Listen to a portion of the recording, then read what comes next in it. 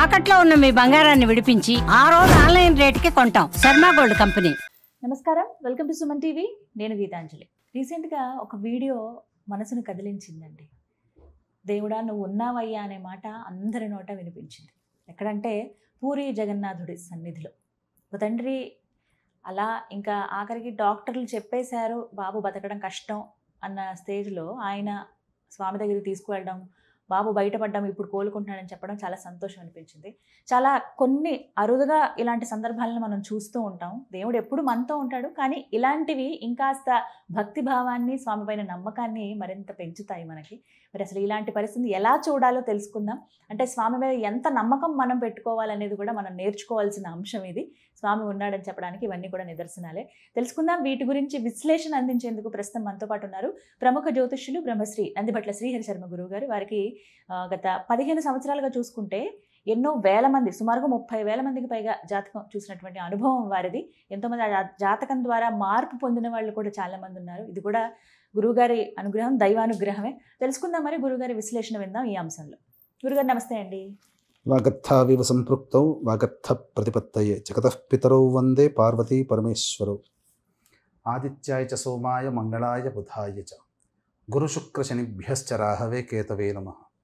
శృంగేరి జగద్గురు పీఠాధిపతులకి, కంచి పీఠాధిపతులకి నమస్కారములు తెలియజేసుకుంటూ కార్యక్రమాన్ని ప్రారంభిద్దాం.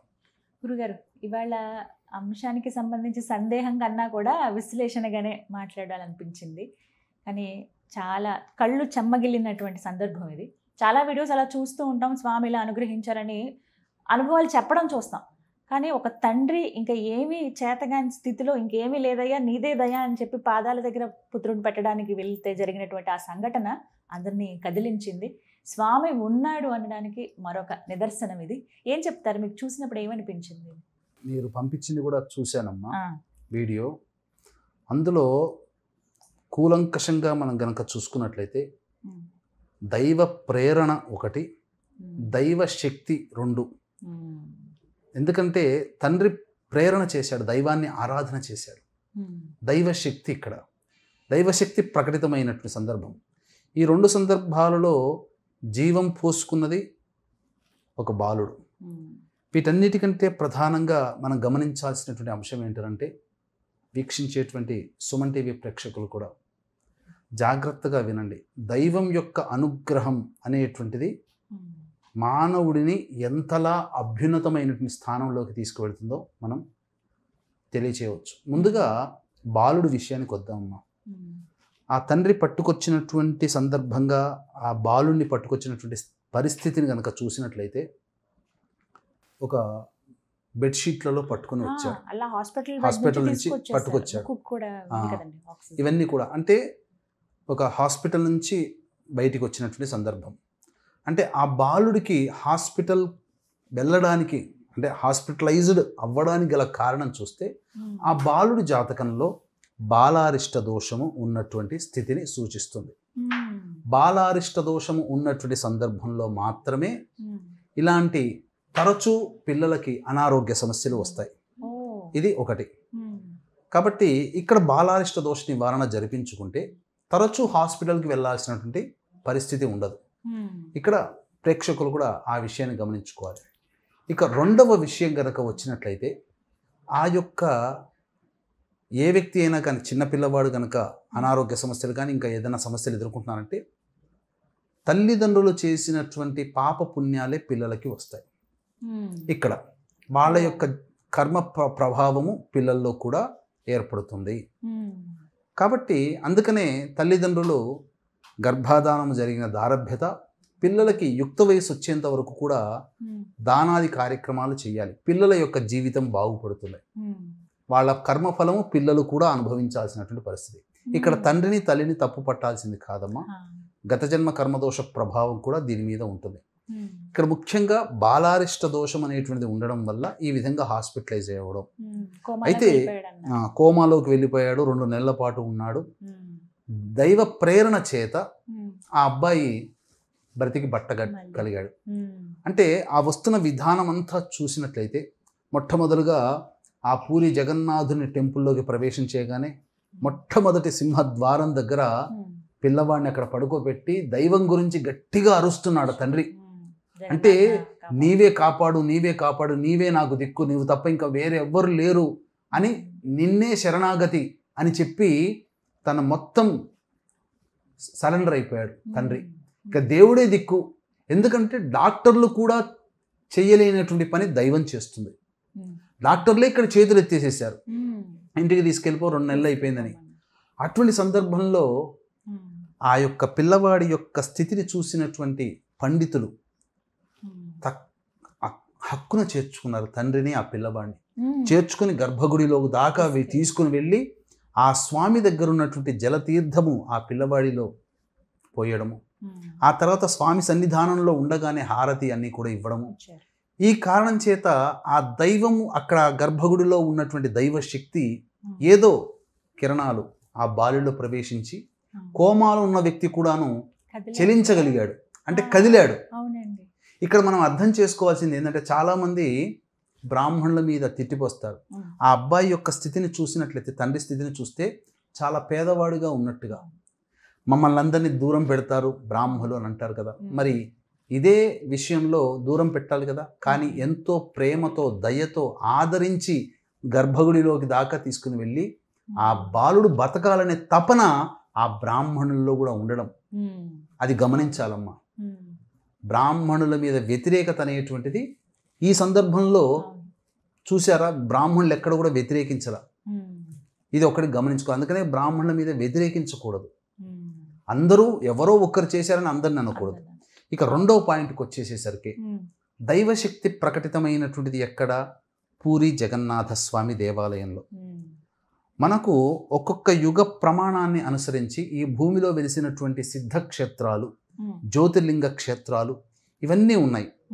అయితే కలియుగంలో కూడా ఇప్పటికీ కూడా దైవశక్తి నశించినటువంటిది, దైవశక్తి కలిగినటువంటి క్షేత్రాలు 3 ఉన్నాయి. అంటే మిగతా క్షేత్రాల్లో దైవశక్తి లేదా అని కాదు, దైవశక్తి ఉంది. ప్రకటించబడే దైవశక్తి, అంతర్లీనంగా ఉండే దైవశక్తి ప్రతి క్షేత్రంలో ఉంటుంది. అది భక్తుడు దైవానికి మధ్యనే ఉంటుంది. కానీ ప్రకటితమయ్యే దైవశక్తి కొన్ని క్షేత్రాల్లోనే ఉంది. ఈ కలియుగంలో 3 క్షేత్రాలు చెప్పబడ్డాయి. 1 కాశీ, 2 బద్రీనాథ్, 3 పూరి క్షేత్రం. ఈ 3 క్షేత్రాల్లోనే దైవశక్తి ప్రకటితమవుతుంది. బద్రీనాథ్ పూరి క్షేత్రంలో అంతర్లీనంగా ఉంటే కాశీలో ప్రకటితమవుతుంది. సదా సంచారి అయి ఉంటాడు ఆ పరమేశ్వరుడు. కాబట్టి దైవాన్ని నమ్ముకున్నాడు, ఆ దైవమే కరుణించింది. అన్ని సందర్భాల్లో కూడా అది నిజమైనటువంటి ఆత్మవిశ్వాసము, ఆత్మ ప్రేరణతో జరగాలి. దేవుడికి నేను ఎన్ని పూజలు చేశాను, నాకు ఇంకా కరుణించలేదు అని కాదమ్మా. కాకపోతే ఆ పరిస్థితి కలగడానికి గల కారణం ఆ వ్యక్తి, అంటే ఆ పిల్లవాడు పుట్టడానికి ముందే జరిగినటువంటి గర్భాధాన సమయము నుంచి మొదలుకొని ఉంటుంది. అందుకనే పూర్వకాలంలో షోడశ సంస్కారాల్లో మొట్టమొదటిది గర్భాధానానికి పెద్దపీట వేశారు. ఈ గర్భాధాన సమయముని ఆధారపడే బీజము పడిన తరువాత ఉత్పన్నమయ్యేటువంటి శిశువుకి ఆధారం ఇది. కాబట్టి గర్భాధాన సమయానికి శుభలగ్నాలు గనక ఉండి, శుభగ్రహాల యొక్క స్థితి గనక ఉంటే పుట్టే పిల్లలు శుభమైనటువంటి స్థితిలో పుడతారు. అందుకనే ఇక్కడ ప్రధానంగా వీక్షించేటువంటి ప్రేక్షకులు కూడా గర్భాధాన దగ్గర నుంచి కూడా చూసుకోవాలి. ఇక 2వది, ఇక్కడ ఆ అబ్బాయి యొక్క కోమాలోకి వెళ్ళిన చెలించగలిగే శక్తి కలిగినదంటే దైవానుగ్రహం ఉన్నటువంటిది. అంటే ఆ అబ్బాయి పుట్టిన సందర్భంలో ఎక్కడో ఒక చోట, అంటే ప్రత్యక్షంగానైనా కాకపోయినా పరోక్షంగానైనా కానీ ఈ దైవ అనుగ్రహాన్ని పొందే గ్రహము అనుకూలంగా ఉన్నటువంటి కారణం చేత ఆ విధంగా బయటపడ్డాడు. కాబట్టి ఇక్కడనైనా కానీ దైవ ప్రేరణ చేత ఎక్కువగా ఏ దేవుని నమ్ముకున్నాడో ఆ దేవతారాధన తరచూ ఎక్కువగా చేసుకుంటే ఆ బిడ్డ పూర్తిగా కోలుకుంటాడమ్మా. 2 నెలలు కోలుకోలేనటువంటి కోమాలు ఉన్నటువంటి వ్యక్తిని సాక్షాత్తు ఆ యొక్క పూరి జగన్నాథుని గర్భాలయంలోకి తీసుకుని వెళ్ళగానే అదృశ్య శక్తి, ఆ తీర్థానికి ఉన్నటువంటి శక్తి, మీకు ముఖ్యంగా ఎంత శక్తి లేకపోతే ఎప్పటికీ కూడా వ్యతిరేక దిశలో జెండా ఎగురుతుంది. పక్కనే సముద్రం ఉన్న సముద్రం శబ్దం ఎందుకు వినపడదు? అలాగే 21 కుండల్లో నైవేద్యం పెడితే పైనున్న కుండ మొట్టమొదటి కింద ఉన్న కుండ నైవేద్యం ఉడకాలి, పైన కుండ ఉడుకుతూ ఉండి ఇక్కడ. ఇంకా మీకు ఇంకొక విషయం చెప్పాలి అని అంటే, పూరి జగన్నాథ స్వామి దేవాలయంలో ఆ యొక్క భద్రపరిచినటువంటి ఏదైతే పదార్థం, దివ్యమైన పదార్థం ఉందో అది సాక్షాత్తు కృష్ణుని గుండె అని చెబుతారు. అందుకనే ఆ యొక్క సందర్భంగా ప్రతి 12 సంవత్సరాలకు ఒకసారి అమ్మ మార్చేది, అంతేనా, మారుస్తారు. ఆ యొక్క సంబంధించినటువంటి కలపని మారుస్తారు.